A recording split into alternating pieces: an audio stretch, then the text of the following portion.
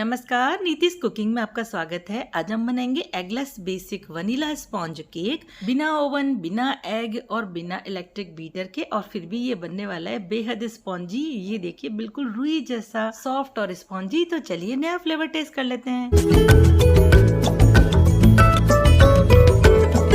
Friends, अगर आप मेरे चैनल पर नए हैं, आपने अभी तक सब्सक्राइब नहीं किया तो कर लीजिए। नोटिफिकेशन बेल प्रेस करके ऑल पर क्लिक कीजिए ताकि सारे वीडियोस के नोटिफिकेशन आप तक पहुंच जाएंगे। तो चलिए, सबसे पहले हाफ कप कर्ड ले लेंगे और ये फ्रेश कर्ड लेंगे, रूम टेम्परेचर पे होना चाहिए।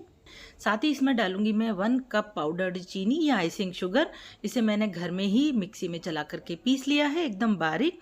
5 मिनट के लिए इसको मिक्स करेंगे। हैंड विस्क जो होता है आपके पास, उससे मिक्स कर लीजिए ताकि थोड़ी सी शुगर मेल्ट हो जाए। ज़्यादा तो नहीं हो पाएगी, धीरे धीरे मिक्स हो जाएगी।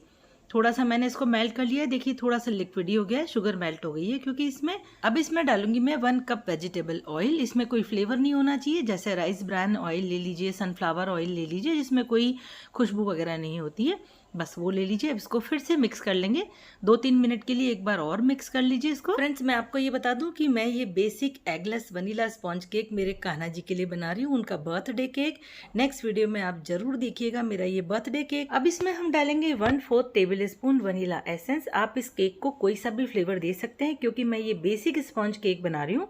तो आप चाहें तो इसमें पाइनएप्पल फ्लेवर डालिए, जो भी आप फ्लेवर बनाना चाहते हैं, स्ट्रॉबेरी, कोई सा भी, मैंगो। चलिए, अब इसमें डालेंगे 2 कप ऑल पर्पस फ्लावर यानी कि मैदा, और इसे हम छानेंगे। छानना बहुत ज़रूरी है क्योंकि हम ये बिना एग का केक बना रहे हैं, तो बैटर को फ्लफी बनाने के लिए छानना बहुत ज़रूरी होता है। इससे इसमें हवा भर जाती है और हमारा केक स्पॉन्जी हो जाएगा।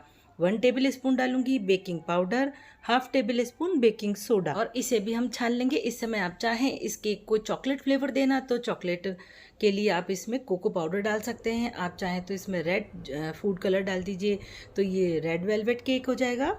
कुछ भी इसमें अपना टच दे सकते हैं, जैसा आपको फ्लेवर का केक चाहिए। अब इसके अंदर मैं डालूंगी 3/4 कप मिल्क, और ये भी मैं रूम टेम्परेचर पे ले रही हूँ। जब भी आप केक बनाएं, सभी चीज़ें रूम टेम्परेचर पे होनी चाहिए, तभी आपका केक स्पॉन्जी परफेक्ट सॉफ्ट बनेगा। तो मिल्क धीरे धीरे करके डालना है, थोड़ा थोड़ा डालते जाइए और इसको मिक्स करते जाइए। जल्दी जल्दी मिक्स नहीं करना है, बहुत ज़्यादा देर तक मिक्स नहीं करना है। बस ये बैटर थोड़ा सा स्मूथ हो जाए और रिबन कंसिस्टेंसी का हो जाए, बस इतना चाहिए हमको। तो अब इसे ट्रांसफ़र कर लेते हैं केक टिन में। मैंने ये 7.5 इंच का केक टिन लिया है, राउंड वाला। आप चाहें तो स्क्वायर ले सकते हैं, हार्ट शेप ले सकते हैं, जैसा भी आपको केक का शेप देना है। इसको मैंने ग्रीस कर लिया है, बटर पेपर नीचे से लगा दिया है ताकि नीचे से जले नहीं। एक बार ऊपर से फिर से ग्रीस कर देंगे और उसमें हमारा केक का बैटर ट्रांसफ़र कर देंगे। देखिए कितना बढ़िया बैटर बनकर तैयार हुआ है, बिल्कुल स्मूथ है, कोई इसमें लम्प्स वगैरह नहीं है। थोड़ा सा इसको टैप कर दीजिए किचन काउंटर पे और ऊपर से इसको स्मूथ कर दीजिए ताकि बहुत ही परफेक्ट बनेगा ऊपर से भी। तो चलिए, अब गैस की तरफ चलते हैं। बिना ओवन के बना रहे हैं ना। अब इसके लिए मैंने ये पैन लिया है। आपके घर में कोई प्रेशर कुकर हो, कढ़ाई हो, कुछ भी हो, किसी भी बर्तन को आप ले लीजिए जिसमें ये केक टिन आ जाए। अब इसमें रख दीजिए एक वायर स्टैंड या बाउल रख दीजिए कोई सी भी, और इसे प्री हीट कर लीजिए 10 मिनट के लिए मीडियम फ्लेम पर। ढक करके प्री हीट करना है आपको। अब इसमें रख दीजिए हमारा केक टिन और फिर से ढक दीजिए। अब फ्लेम को कर दीजिए बिल्कुल लो और 1 घंटे के लिए कम से कम इसको छोड़ दीजिए। इतना टाइम तो इसको बनने में लगता ही है। उसके बाद आप चेक कीजिए, अगर नहीं बना है तो थोड़ा सा और बेक कर लीजिए। माइक्रोवेव के लिए जो आपको चाहिए ऑप्शन, वो मैंने सामने दे दिए स्क्रीन पर।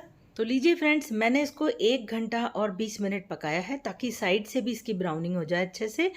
गैस के ऊपर जब हम बेक करते हैं तो ऊपर से ब्राउनिंग बिल्कुल नहीं होती है, साइड से हो जाती है। ये देखिए कितना फूला फूला बना है, इसको चेक कर लीजिए टूथपिक डाल के। देखिए बिल्कुल क्लीन बाहर आ गई है, इसका मतलब हमारा केक बिल्कुल अच्छे से बेक हो चुका है। अगर क्लीन बाहर नहीं आती है तो थोड़ी सी देर और पका लीजिए। देखिए कितना फूला दिख रहा है, बिल्कुल ऊपर से अच्छे से फूल गया है। ना हमने कोई इसमें एग डाला था और ना इसे माइक्रोवेव में बनाया है। साइड से थोड़ा सा लूज कर लीजिए और इसे इस तरह से उल्टा कर लीजिए।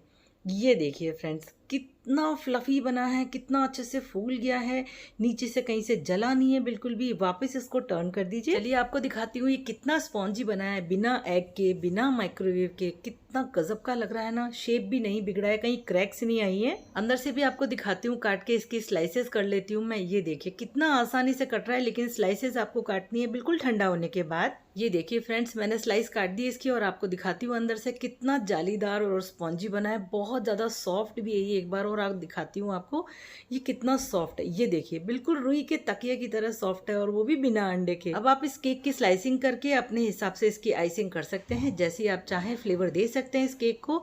मैंने ये स्पॉन्ज केक तैयार किया है मेरे कान्हा जी के बर्थडे केक के लिए। अगले वीडियो में आप जरूर देखिएगा, बहुत ही कमाल का बर्थडे केक बनाया है मैंने कान्हा जी के लिए। तो लीजिए फ्रेंड्स, हमारा एगलेस वनीला स्पॉन्ज केक बनकर तैयार हो चुका है। अब आप इसके ऊपर चॉकलेट गनाश डाल के इसको चॉकलेट फ्लेवर दीजिए, पाइनएप्पल फ्लेवर दीजिए, मैंगो फ्लेवर दीजिए। वीडियो अच्छा लगा है तो लाइक कीजिए, शेयर कीजिए सबके साथ मेरी ये रेसिपी, और मेरा चैनल सब्सक्राइब करना बिल्कुल मत भूलिएगा। कमेंट करके जरूर बताइएगा कि आपने केक बनाया है तो कैसा बना। Bye bye.